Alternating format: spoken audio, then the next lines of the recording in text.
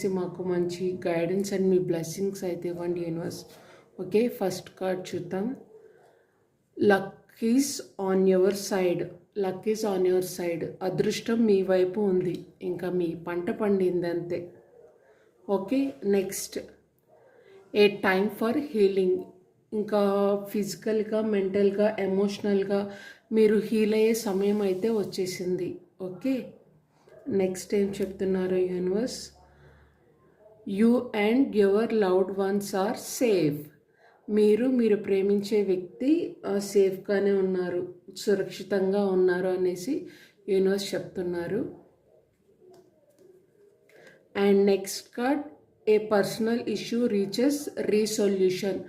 అంటే ఒక వ్యక్తిగత సమస్య పరిష్కారానికి అయితే వస్తుంది. ఎవరైతే కొంచెం ప్రాబ్లంగా ఎదుర్కొంటున్నారో అదైతే ఈ పౌర్ణమి వేళ మీకు మంచి సొల్యూషన్ అయితే దొరుకుతుందని యూనివర్స్ చెప్తున్నారు. ఇంకో కార్డ్ చూద్దామా? Surrender to the divine. దైవానికి లొంగిపోండి.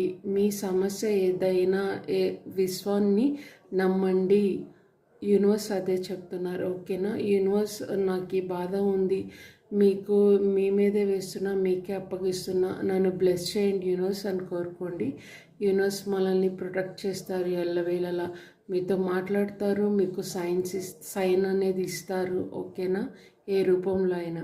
ఓకే, అండ్ ఈరోజు పౌర్ణమి కదా, అంటే చంద్రుడు అనేవారు మన మనసుకి కారకుడు మాట.